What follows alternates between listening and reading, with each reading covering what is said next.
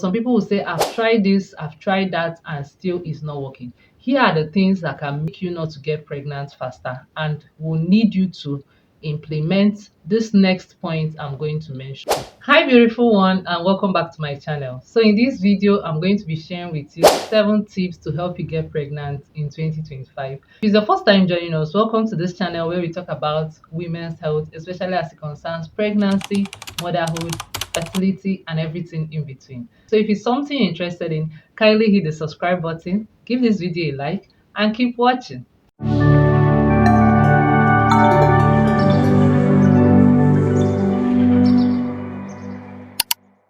So I've had a lot of women ask me, query me, bug me with the question, how do I get pregnant? Now, there are basic things to how to get pregnant. So here are 7 things you should do if you want to get pregnant faster. The first thing to do when you're trying to get pregnant is to understand, first of all, what pregnancy is all about.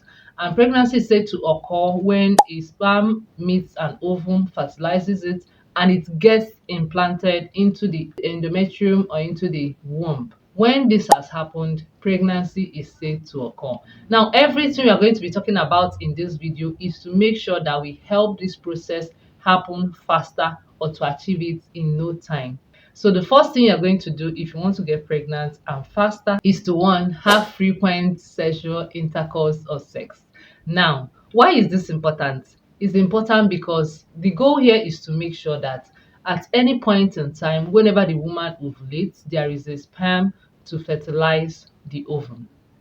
And this can be achieved when there is frequent, unprotected, ejaculatory sexual intercourse. And what do we mean by frequent sexual intercourse? We mean sex that happens at least 3 times per week. At least. It means that in a week, you should have at least 3 out of the 7 days in a week. So some people will say alternate days. Now, it's not encouraged that you have sex every day because this might reduce the quantity of sperm or semen that is being produced or being released at each point in time.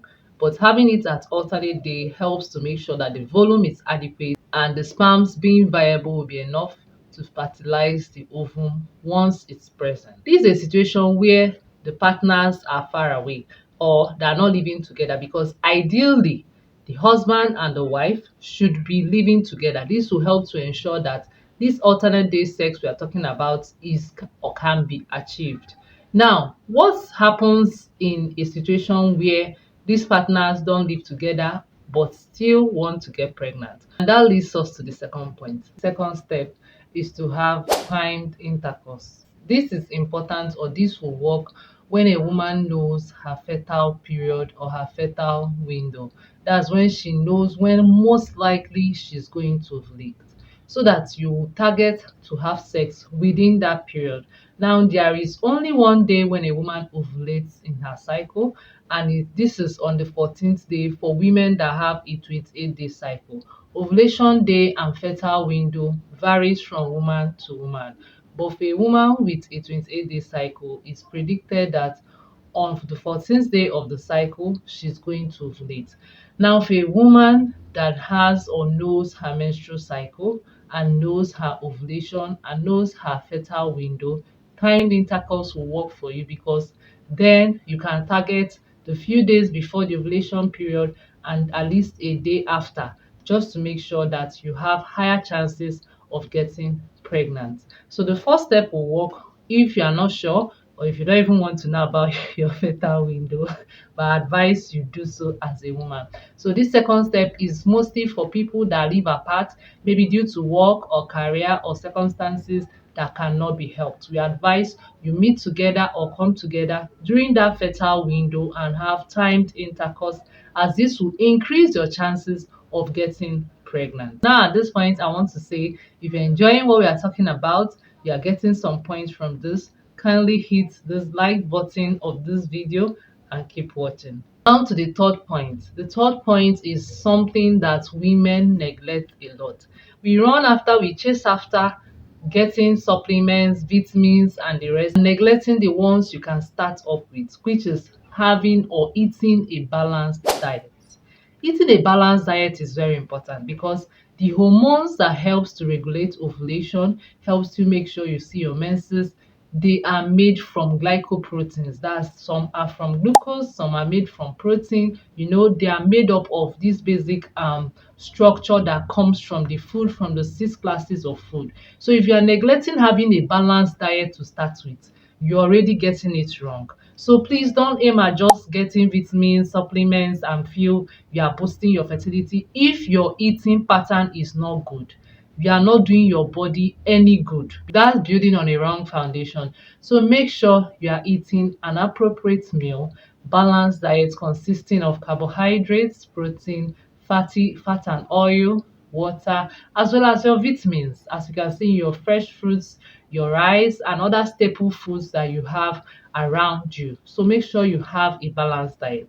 Now, the next step is to achieve and maintain a healthy weight. That is our fourth point. It is very important because being underweight can affect your hormones, while being overweight can also negatively impact on fertility. Due to some reasons I'm not going to so much delve into. If you're underweight, try to eat more. If you're overweight, try as much as possible to cut down. This will help you a lot. Now to our fifth point. And this fifth point is something that is very, very important, and that is to get adequate rest or sleep as and when needed. Sleep helps your body generally, apart from your reproductive health. And we should all know that everything starts from the brain. The signals to the ovaries to do its function starts from the brain. So when the brain is not working, there are some hormones secreted in the brain by some parts of the brain, like your pituitary gland. So when you're not getting enough rest, this can actually tip over your cycle. This can actually affect your cycle negatively.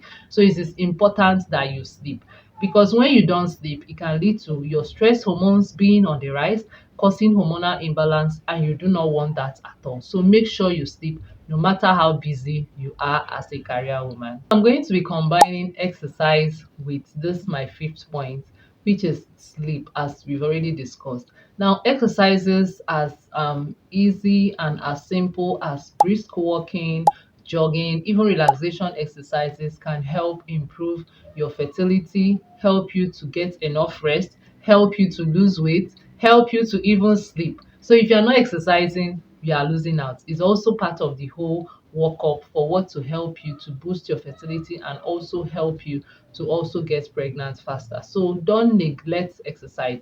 You mustn't hit the gym before you know you are exercising. You can do it in your house. You can do it, in any convenient space, as far as you are consistent with it. But make sure you exercise for at least 30 minutes 3 times a week. It can help you, especially if you are living a sedentary life as a woman. This will help to boost your metabolism and help you get pregnant faster.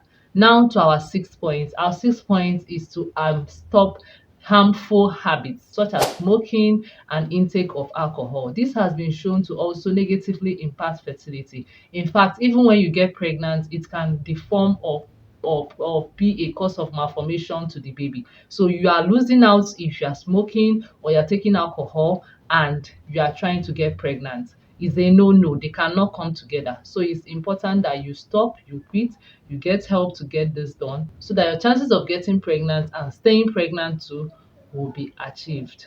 Now to the last but not the least, which is the seventh point. I want to talk about some criteria which, if you don't meet these things we've already talked about, might not work. Some people will say, I've tried this, I've tried that, and still it's not working. Here are the things that can make you not to get pregnant faster, and will need you to implement this next point I'm going to mention. And number one of it is having an irregular menses. If your menses is irregular, it is showing that your ovulation is also irregular. So you cannot achieve ovulation, meaning pregnancy cannot be achieved, because it's during ovulation that an ovum is released. So if it's not released, what will the sperm fertilize? So it's important that you note that if your menses is irregular, if you're having diseases such as pelvic inflammatory diseases. Now, pelvic inflammatory disease, if poorly treated or untreated, can cause a lot of harm to the reproductive tract. So even when you are ovulating as a woman, it might not get to where it's supposed to so that sperm can fertilize it. So there is a problem already. Now, I also want to say, if you are up to the age of 30 or 35 and you have tried to get pregnant on your own for at least 6 months, or you are less than 30 years and you've been trying to get pregnant, you've been doing all those things, meeting with your partner regularly, timing your ovulation and the rest for at least a period of a whole year, and still you're not able to get pregnant, it is important that you take this next step. So it means you need to implement our seventh point, and that is to book a preconception clinic. Yes, book an appointment with a doctor. If possible, book an appointment with a gynecologist or fertility physician. Very important, because at that clinic, they will help to look at you, take your history, examine you, and also find out the root causes of the problem. For example, in irregular menses, there are a whole lot of things that can cause a woman not to have irregular menses, because it means the woman cannot ovulate as she should. So she won't be able to really time her ovulation, time her intercourse and the rest of it is going to be a bit difficult on your own. That's why you need to book this appointment to see a gynecologist and get yourself, checked out, have some tests run. And for those that are of the age of 30 to 35, this is because for women, with each menstrual cycle, our antral reserve or follicular reserve is reduced. That's the number of ovum in your reserve in the ovary decreases from about a million or so at birth till up to 30 years, it decreases. So we don't want you to waste time. We want you to come when it's still early, when there is still time, even as you are doing your best. So make sure you present early and see your gynecologist. So please don't hold on. Go book a fertility clinic and see your gynecologist. Now, to the last but not the least, I would like you to also pray along. Yes, I, for one, believe in prayers. It has helped me a lot, and I believe it will help you too. So even as you pray, be expectant, be positive, and God will bless all your efforts. If you've received value from this video, give me a huge like, subscribe, leave a comment for me, or ask me any question you want to ask me in the comment section, and I'll be right there with you. Thanks for watching, guys. Don't forget to share, and I'll see you in my next video. Bye.